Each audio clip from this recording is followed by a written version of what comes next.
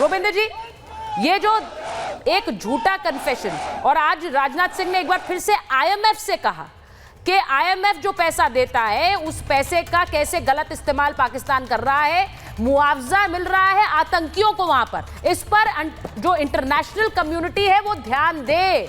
मुझे लगता है ये अपने आप में एक तरह का कबूलनामा है पाकिस्तान का कि भाई हम आतंकियों के साथ हैं, आप आतंकियों को पैसे दे रहे हैं, मुआवजा दे रहे हैं, ये वही फंड है जो बाहर से आता है।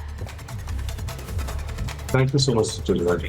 तो एब्सोल्युटली देखिए, पाकिस्तान में जो हो गया वहां पर हम आतंकी और सेना ना मेल्ड हो गई आपस में, वो एक ही चीज है वर्चुअली, राइट। और ये बात काफी हद तक पता थी, बट अब और ज्यादा क्लियर दुनिया को हो गई है। मैं दो तीन बातें कहूंगा।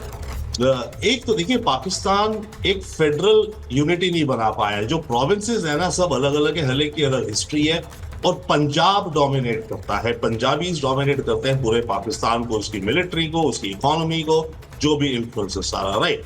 तो बाकी जो है, बलूच हुए, खैबर पख्तूनख्वा हुए, गिलगित बल्तिस्तान, सिंध ले लीजिए, हर जगह में बेहद ऑपोजिशन है अपनी सेंट्रल गवर्नमेंट को लेकर के।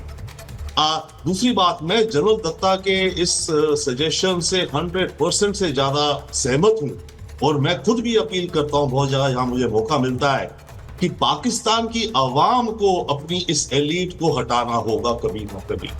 कभी ना कभी कोई रेवोल्यूशन आना होगा। देखिए, पाकिस्तान में अभी फ्यूडलिज्म ही चल रहा है, कॉलोनियलिज्म ही चल रहा है। ब्रिटिश राज चला गया, बट एक दूसरे ब्राउन साहिब आ गए मानिए, और वो इतना अत्याचार कर रहे अपने देश पे, डिवाइड एंड रूल कर रहे अपने देश पे, सारा पैसा कमा रही। ईस्ट इंडिया कंपनी जो पैसा कमाती थी जिस तरह से, पाकिस्तान आर्मी वैसी कर रही है, इनकी फौजी फाउंडेशन जो है, राइट। तो पाकिस्तान में ये कॉलोनियल फ्यूडल रूल हटा ही नहीं रहा ही है। तो पाकिस्तान की पब्लिक को कभी ना कभी आना होगा, इनको हटाना होगा, और एक दूसरा जहन लाना होगा। पाकिस्तान को, हमारी जो एंड गेम है, पाकिस्तान को यह सीखना होगा, जियो और जीने दो। उन्हें सीखना होगा, खुद जियो, हमें जीने दो, हम जिएंगे, तुम्हें जीने देंगे। अगर आप हमें नहीं जीने दोगे, हम तुम्हारा खात्मा कर देंगे।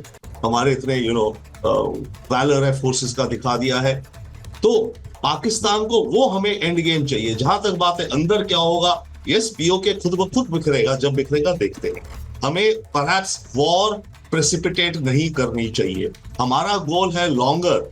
हमारा जो सामने दिख रहा है चाइना, हमें इकोनॉमी बढ़ानी है, देश के हमारे गोल्स लॉन्गर हैं Robinder ji, and we know it for a fact, क्योंकि हमारा देश जो है वो इसीलिए एक आर्थिक रूप से समृद्ध देश है।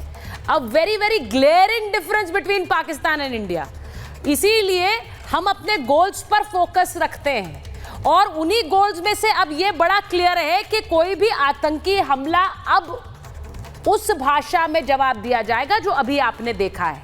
मैं एक बार ये बताऊं कि ऑपरेशन सिंदूर को लेकर गृह मंत्री अमित शाह ने जो बयान दिया है, वो कह रहा है सटीक खुफिया इनपुट और सेना की बहादुरी का ये नतीजा है, प्रधानमंत्री की दृढ़ इच्छा शक्ति को दर्शाता है, गृह मंत्री अमित शाह ने कहा है। अब ये बड़ा इंपॉर्टेंट है, दृढ़ इच्छा शक्ति और नेतृत्व को दिखाता है। एक नेतृत्व वहां पाकिस्तान में भी देख रहे हैं टैंक पर चढ़कर, एक नेतृत्व वहां देख रहे हैं झूठ परोसकर।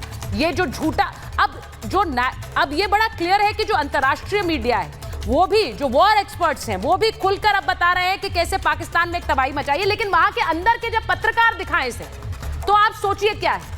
मैं आपको एक रिपोर्ट दिखाती हूं, उसके बाद में मेजर शैलेंद्र सिन्हा आपके पास आ रही हूं। जरा इस रिपोर्ट को देखिए, जरा तस्वीरें चलाइए। पाकिस्तान के पत्रकार कैसे वहां लश्कर-ए-तैयबा को के जो हेडक्वार्टर में तबाही मची, उसकी तस्वीरें दिखा रहे हैं। वो तस्वीरें जरा चलाइए अनिल, ये तस्वीरें जरा आप बड़ा कर चलाइए इसे अनिल। ये तस्वीरें जो पत्रकार वहां पहुंचे हैं, 2 मिसाइल वो वहां पर दिखा रहे हैं कि कैसे मिसाइल आई, कैसे वहां पूरी तरह से ध्वस्त कर दिया, और कुछ बचा नहीं वहां पर। ये तस्वीर वहां के पत्रकार दिखा रहे हैं। अब जरा सुनाइए इन्हें क्या कह रहे हैं। 6 और 7 मई की दरमियानी रात को 12:30 बजे जो अटैक हुआ था, उससे यहाँ पर जो 2 मिसाइल थे यके बाद दीगरे आकर गिरे थे, और ये पूरे का पूरा हिस्सा आप देख रहे हैं कि अमली तौर पर मिस्मार हो चुका है। देखिए, अमली तौर पर पूरी तरह बर्बाद हो चुका है। मेजर जनरल सिन्हा, जो प्रत्यक्ष है उसे प्रमाण की जरूरत क्या है? मुझे लगता है हम तो बहुत आगे बढ़ गए हैं, हमने अपने बाकी काम करने शुरू कर दिए हैं। हमें पता है कि we are we are an economic super power, we are a military super power, हमें बहुत काम है और इसीलिए हम आगे चल पड़े। ये अभी उसी बर्बादी में उलझे रहेंगे क्योंकि इन्हें पता है कि इन्हें बहुत समय लग जाएगा, बहुत पैसा लग जाएगा इसे ठीक करने में। बहुत सही बता रही हैं सुचारिता जी, हमें उनको उलझा के रखना है। Yes. हमारी स्ट्रैटेजिक एम बहुत बड़ा है, ये स्ट्रैटेजिक पॉज है, वी आर नॉट कंक्लूडेड, हमने ख़त्म नहीं किया है। और देखिए इसकी रिट्रीब्यूशंस जब आप देखेंगे तो इतनी बड़ी जियो स्ट्रैटेजिक शिफ्ट्स होंगे। आप इसको जब प्रधानमंत्री जी ने कहा था ना कि विश्व ने इसको देखा होगा, अचंबा हो जाएगा, वो अचंभित है। आपने 4 दिन का ही देखा है ना, एक सर्जिकल जिसको हम कहते हैं ऑपरेशन, स्ट्राइक नहीं, सर्जिकल ऑपरेशन ऑफ 4 डेज। और जो तांडव हुआ ना, देखिए शिव ने जब तांडव किया था तो पूरी धरती हिल गई थी। और जब हम 4 दिन हमारे सूरवीरों ने तांडव किया, आपने 7 से लेकर 10 दिन, तो पूरी विश्व फिर से हिली है ये। और वो हम कहते हैं टेलर है। देखिए डीन्यूक्लियराइजेशन तो आप सुन ही रही हैं कि पाकिस्तान को नंगा कर दिया जाएगा, we will make him naked of इस वेपन।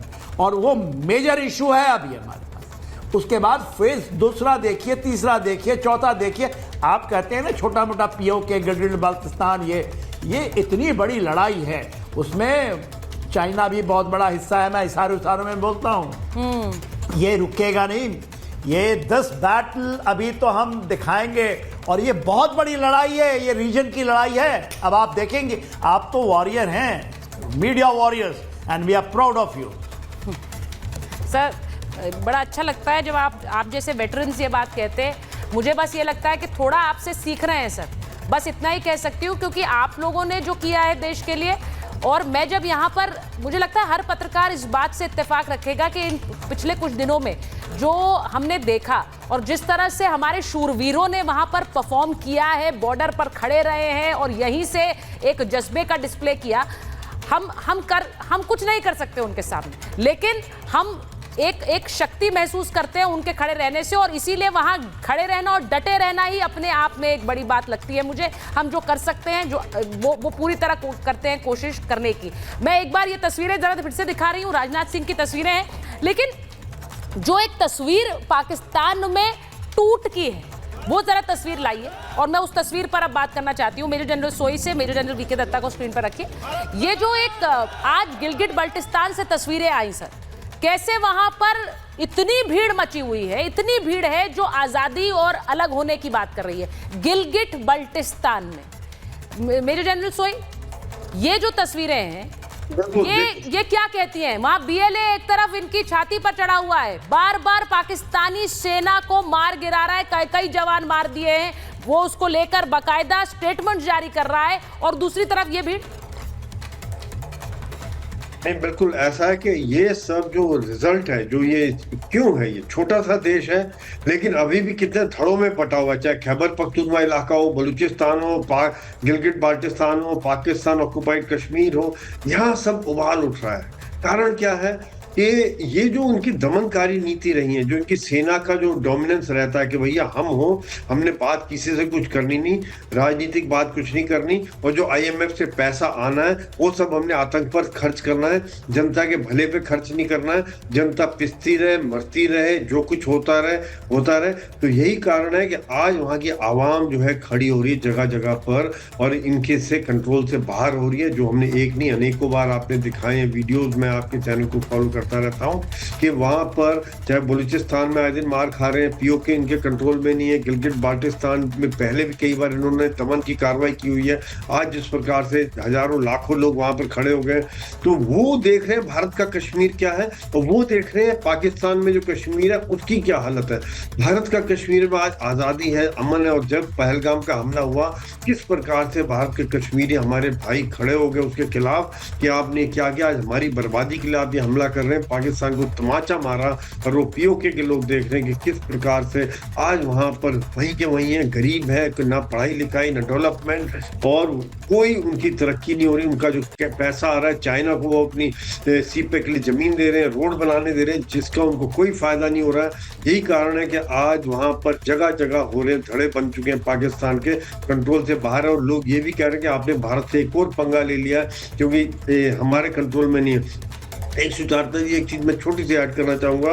मैं बहुत बहुत शुक्रगुजार हूँ आप लोगों का, जो नेशनलिस्ट का कलेक्टिव कॉन्क्लेव जो हो रहा है, ये भी बड़ा जरूरी है। शायद आज भारत के हर एक नागरिक को देखना चाहिए, क्योंकि आज जो है जिस प्रकार भारत इकट्ठा खड़ा हुआ है, ये हमेशा खड़ा रहे, एक इमरजेंसी के टाइम पे इस तरह से खड़े ना रहे, तभी आज जो हम आगे की जो पिक्चर अभी बाकी है उसको हम इफेक्टिव तौर पर पिक्चर अभी बाकी है। आपने बिल्कुल सही कहा। और